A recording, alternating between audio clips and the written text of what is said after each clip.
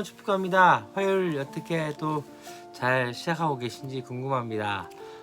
계속적으로 하나님의 말씀을 묵상하면서 우리의 삶을 한번 되짚어보며 또한 그 말씀 가운데 하나님 우리 가운데 원하시는 뜻들을 한 번씩 계속적으로 알아간다는 것 자체가 우리의 삶을 하나님께 드리며 또한 점검하는 시간으로서 좋지 않나라는 생각이 되어집니다.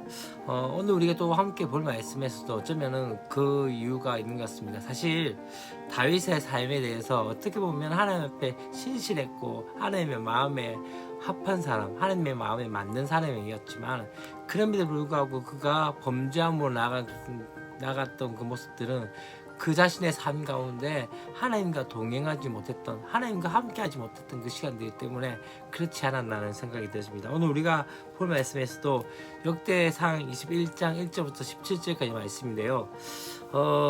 그렇게 이야기합니다. 사탄이 일어나 이스라엘 대적하고 다윗을 충동하여 이스라엘 개수하게 하니라 라고 말씀하면서 시작되어집니다. 오늘 먼저 우리가 단락을 구분하고자 하면요, 1절부터 6절까지의 말씀 가운데는 다윗의 인구조사에 대해서 나옵니다. 그리고 7절부터 15절까지의 말씀에는 하나님께서 심판하시는 에 대한 것들이 나타나고, 이제 16절부터 17절까지 말씀 가운데는 다윗의 회개에 대한 부분들이 나타나게 되어집니다.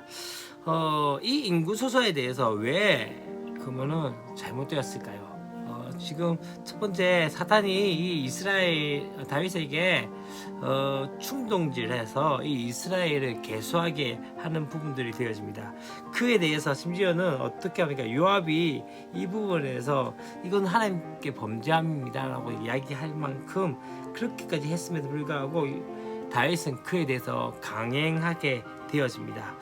고대 사회에서 이 인구조사의 이유는 두 가지입니다. 첫 번째는 무엇이냐면 군사를 징집하기 위한 것이고, 두 번째는 백성들에게 세금을 걷기 위해서죠. 그렇기 때문에 이런 행위가 하나님 보시기에 옳지 않고 악한 것이라고 말씀하고 있는 것이죠. 세금을 많이 걷는 것은 무엇입니까? 왕이 은금을 많이 쌓기 위한 것이고, 또한 군사를 징집하는 것은 이제 누구를 의지하든 숫자를 의지하고 군사력을 의지하지 하나님을 의지하지 않는 것들을 보게 되어집니다. 그렇기 때문에 이 유혹은 다윗과 이스라엘이 하나님께 범죄하도록 만드는 것들이었죠.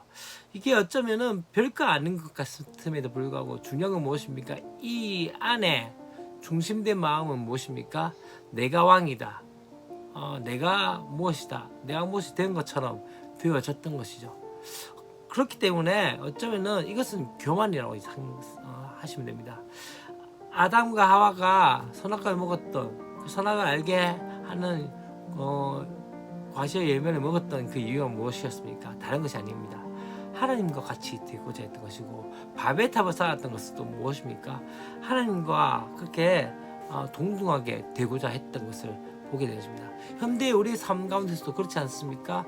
수많은 것들이 이제 하나님을 대신하고자 하며, 또한 우리가 하나님보다 높아지려고 하는 것들이 많이 일어나게 되어집니다. 바로 어쩌면 지금 이 인구조사의 부분에서도 이 인구조사를 했냐 안 했냐의 문제가 아니라 이 인구조사를 했던 그 근본적인 마음이 무엇이었냐는 것이죠. 그렇기 때문에 이것이 범죄함으로 나타나게 되어졌던 것이죠.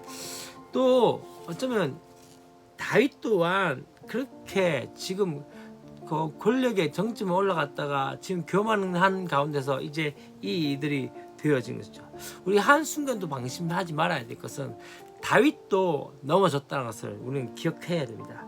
그렇기 때문에 먼저 우리가 좋을 때나 나쁠 때나 또한 우리의 모든 상황 가운데서 다시 한번 하나님만 생각할 수 있는 그런 은혜가 있어야 되지 않을까요? 이제 그에 대해서 하나님께서 이제 심판을 하십니다. 어떻게 합니까? 세 가지에 대해서 이야기합니다. 첫 번째는 무엇입니까? 세 가지 중에 하나를 택하는 것인데, 첫 번째는 3년 기근이고, 두 번째는 무엇입니까? 다윗이 석 달 동안 적군의 칼에 쫓기는 것이었고, 셋째는 무엇입니까? 3일 동안 이스라엘 전역에 전역을 파괴할 만한 그런 극심한 전염병이 나게 되어진 것들을 이야기합니다. 그 가운데서 이제 하나님의 칼, 여호와의 천사가 언급한 것은 무엇입니까? 3일 동안에 전염병을 하겠다는 것이었죠. 그로 인해서 어떻게 합니까? 7만 명이라는 사람들이 죽게 되어진 것들을 보게 되어집니다. 어쩌면은 그렇게 되면서 이 다윗은 어쩌면은 그 가운데 무능하고 잔인한 왕으로서의 모습으로 나타날 수밖에 없었던 것이죠. 하지만 하나님께서 자비를 베푸셨기 때문에 이 정도에서 그치게 되어졌던 거죠. 15절에서 뉘우치다로 번역된 이것은 후회하다, 유감스럽게 생각하다는 뜻으로서 하나님께서 지금 많은 백성의 죽음에 대해서 매우 애석하시고 또한 속상해하시는 그 모습들을 보게 되어집니다. 다윗 한 명의 그 범죄가 7만 명이라는 사람이 죽게 되어지는 경우도 되었던 것이죠. 그런 가운데서 이제 무엇이 되어집니까? 16절과 17절 말씀 가운데 이제 다윗이 하나님께 죄를 인정하고 그렇게 나가는 그 모습들을 보게 되어진 것들이 16절과 17절 말씀 가운데 나타나게 되어집니다. 여러분, 중요한 것은요, 심판의 목적은 멸망이 아니라 회복입니다. 그렇기 때문에 하나님의 뜻을 깨달았던 이 다윗이 회개하고 이 재앙을 거두시기를 기도하는 그 모습 가운데 다시 한번 우리가 보아야 할 것은 무엇입니까?